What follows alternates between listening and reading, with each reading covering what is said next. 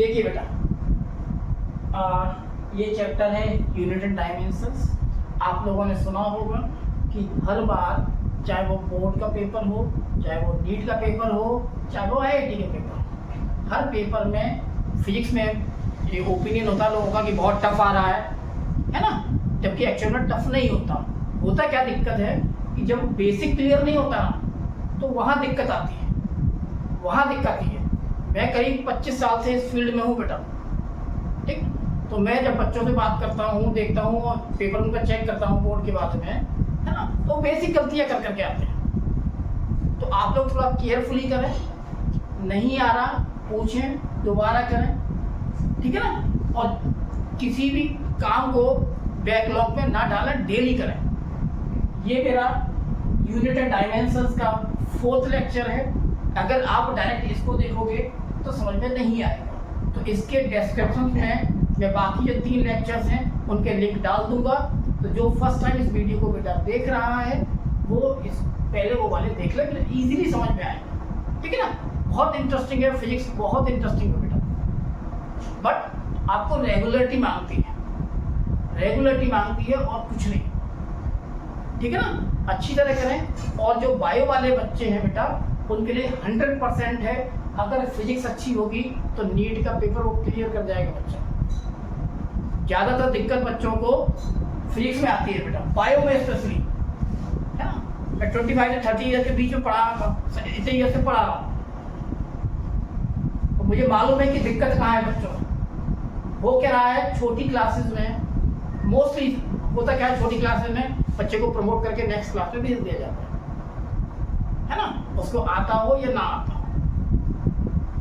तो वो बच्चा करते करते जब वो 10th में आता है तो दिक्कत वहाँ खड़ी होती है उसको। तो आप लोग अपने बेसिक क्लियर करें। और इस वीडियो को देखने से पहले इसके डिस्क्रिप्शन में 1st, 2nd, 3rd 3 पार्ट पड़े हुए हैं, उसको इसके लिंक को आप देखिए। चलिए मैं इसको स्टार्ट करता हूँ, ठीक है ना। और मैं लॉन्ग वीडियो, आपके बहुत बहुत धन्यवाद। मेरे लॉन्ग वीडियो पर भी अच्छे व्यूज और सब्सक्राइब आए हैं, ठीक है ना। आप लोगों ने मेरा साथ दिया। चलिए अब मैं स्टार्ट करता हूँ बेटा। ये यूनिट डायमेंशन का 4th लेक्चर है, ठीक। इसके अंदर क्या है बेटा, यूजेस ऑफ डायमेंशंस है। मैंने एक यूज ऑफ डायमेंशन आपको बताया था कि आपको चेक करना कोई इक्वेशन सही है या गलत है, ये मैंने बताया था। दूसरा बताया था नेट प्रिंसिपल ऑफ होमोजेनिटी, कि केवल इक्वल फिजिकल क्वांटिटी को ही, सेम फिजिकल क्वांटिटी को ही आपस में ऐड कर सकते हो। जैसे अगर 2 फिजिकल क्वांटिटी है तो लीटर में लीटर ही ऐड होगा। 1 लीटर प्लस 2 लीटर जो 3 लीटर होगा, है ना। ये तो 1 मीटर प्लस 2 लीटर कुछ नहीं होगा, ये मैंने प्रीवियस वीडियो में बताया, ठीक है ना। अब हम क्या कर रहे हैं, इसके अंदर डायमेंशनल मेथड से हम लोग कुछ ऐसे फॉर्मूले जनरेट करेंगे जो आपको मालूम ही नहीं। सिर्फ आपको इतना मालूम है कि कोई physical quantity in other physical quantity पे डिपेंड करती है, तो आप डायमेंशन की हेल्प से वो फॉर्मूला जनरेट कर पाओगे, ठीक। उस फॉर्मूले के बारे में आप ABCD भी नहीं जानते, बस आप डायमेंशन जानते हैं। तो आप इस फॉर्मूले की हेल्प से, जो डायमेंशन की हेल्प से, इस तरीके से, इस मेथड से आप उस फॉर्मूले को जनरेट कर सकते हो। और बट जब वो क्वेश्चन आएगा टाइप करने के लिए, उसमें ये जरूर लिखा हुआ, देखिए बाय डायमेंशनल मेथड। तो करते कैसे मैं बता रहा हूँ आपको, देखिएगा।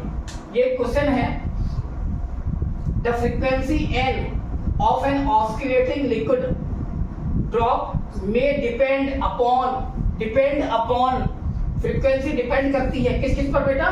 First, radius of the drop R पर, डेंसिटी ρ पर, और surface tension of the liquid S पर। इन पर फ्रीक्वेंसी डिपेंड करती है।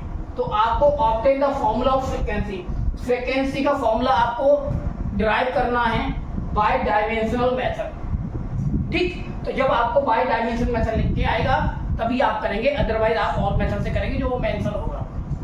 आपको इस मेथड से प्रूव करने के लिए लिख के आएगा बाय डायमेंशनल मेथड। देखिए सबसे पहले मैं इसको इसका डायमेंशन फॉर्मूला यही लिख देता हूँ। रेडियस एक लेंथ की तरह होता है, तो रेडियस का डायमेंशन फॉर्मूला L है। डेंसिटी का ये प्रीवियस वीडियोस में मैं बता चुका हूँ। डेंसिटी का डायमेंशन फॉर्मूला होता है ml-3। ऑर्बिटल सरफेस टेंशन का डायमेंशन फॉर्मूला होता है mt-2। आप प्रीवियस वीडियो में देख सकते हैं। इनका यूज करूंगा, और जो फ्रीक्वेंसी होती है ना बेटा उसका होता है t-1। तो देखिए मैं क्या करूंगा, इसमें इस मेथड से फॉर्मूले का ड्राइव करूंगा। देखिए ये है बेटा सॉल्यूशन, आपको दे रखा है फ्रीक्वेंसी डिपेंड करती है, फ्रीक्वेंसी एन डिपेंड में प्रोपोर्शनल का साइन लगाते हैं, किस चीज पर डिपेंड करती है बेटा, रेडियस पर, तो आर पर, डेंसिटी पर, रो पर, इसको रो कहते हैं डेंसिटी को, और surface tension of the liquid S पर, इन पर डिपेंड करती है, ऐसा गिवन है। ए बी सी अपनी तरफ से यूज करते हैं, डायमेंशन ए, डायमेंशन बी और डायमेंशन सी, ठीक है ना। अब एन प्रोपोर्शनल की जगह पर प्रोपोर्शनली कांस्टेंट के लगा देते हैं, R power A, rho power B और एस पावर सी। ये इक्वेशन 1 कंसीडर कर लिया। अब बेटा इसके दोनों तरफ का हम डायमेंशनल फार्मूला लिखते हैं, दोनों तरफ का। तो दोनों तरफ का डायमेंशनल फार्मूला लिखते हैं, तो इसमें आप क्या करोगे, लिखेगा तो n का डायमेंशनल फार्मूला होता है बेटा t-1, के कांस्टेंट है, कांस्टेंट डायमेंशन लेस होता है, उसको लिखेंगे। r रेडियस है, रेडियस का l होता है बेटा l पावर a। डेंसिटी का होता है बेटा, ये लिखा हुआ देखो, डेंसिटी का ml-3 whole power b। Surface tension का होता है बेटा mt-2 होल पावर c। इसको t पावर -1, ये हो जाएगा बेटा m power b, m power c, तो हो जाएगा m power b plus c, l power a, l power -3b, तो ये हो जाएगा l पावर a -3b, और t पावर -2c। इसमें क्या क्या चीज मिसिंग है, देखो m नहीं, l नहीं है, तो इसको आप m power 0, l power 0, t power -1 ये ले सकते हो, ठीक।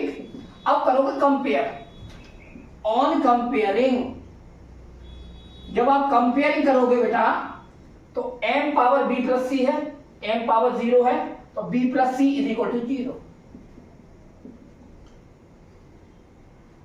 l power a -3b, l power 0, तो a -3b is equal to 0, और last -2 is equal to -2c, -2c is equal to -1, minus minus cancel बेटा, इससे c आ जाएगा आपका 1/2। c की वैल्यू को आप इसमें पुट करना, b फाइंड आउट करना, b plus c is equal to 0, b is equal to -c, और c की वैल्यू ये रही, तो आ जाएगा b की वैल्यू -1/2, ये b की वैल्यू है, ठीक। और a -3b is equal to 0, इससे आपका आ जाएगा a is equal to 3b, और b की वैल्यू क्या है -1/2, 3 इंटू -1/2, ये हो जाएगा बेटा माइनस के 3/2। आपको a की वैल्यू आ गई, वैल्यू ऑफ a ये रहा, वैल्यू ऑफ b ये रहा, वैल्यू ऑफ c ये रहा। अब आप कुछ नहीं करोगे, इन a b c की वैल्यू को इस इक्वेशन में पुट कर दो, तो ये आ जाएगा from 1 n is equal to k r power a कितना है बेटा, वेयर इज a ये रहा बेटा -3/2, r पावर -3/2, ठीक है ना। रो पावर b, रो कहां है, रो पावर b कहां है बेटा, देखिए b ये रहा -1/2, और थर्ड है s power c, s power c कहां है बेटा, देखो ये नहीं, c की वैल्यू 1/2 याद रखो। अब इसमें जो नेगेटिव है ना, जो नेगेटिव है उसको नीचे ले जाओ, पावर को positive, n is equal to k s power half upon r power 3/2 और रो पावर 1/2, ठीक है ना। ये फॉर्मूला और सिंप्लीफाई करोगे इसको, तो और सिंप्लीफाई करने के लिए बेटा आप इसको कीजिएगा, वीडियो को पॉज कर करके समझिएगा। देखिए बेटा, तो ये पावर को पॉजिटिव कर दिया आपने। अब क्या कीजिएगा, n is equal to k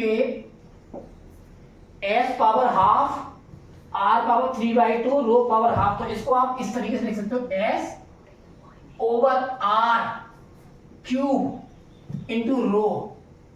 तो ये पावर हाफ हो जाएगी बेटा, हाफ का आप जानते हैं, हाफ मीन्स रूट, तो k root s over r cube rho. यही फॉर्मूला होता है किसका, फ्रीक्वेंसी का, बाय डायमेंशनल मेथड। k की वैल्यू अलग अलग होती है, कहीं कुछ होती है कहीं कुछ होती है, तो अगर आपको मालूम हो तो आप लिखना, अदरवाइज आप k में छोड़ देना, वो ज्यादा सफिशिएंट है ना, k में छोड़ देना, गलत लिखने से बेटर है k में सही माना जाएगा, ऐसे कीजिएगा, ठीक है ना। चलिए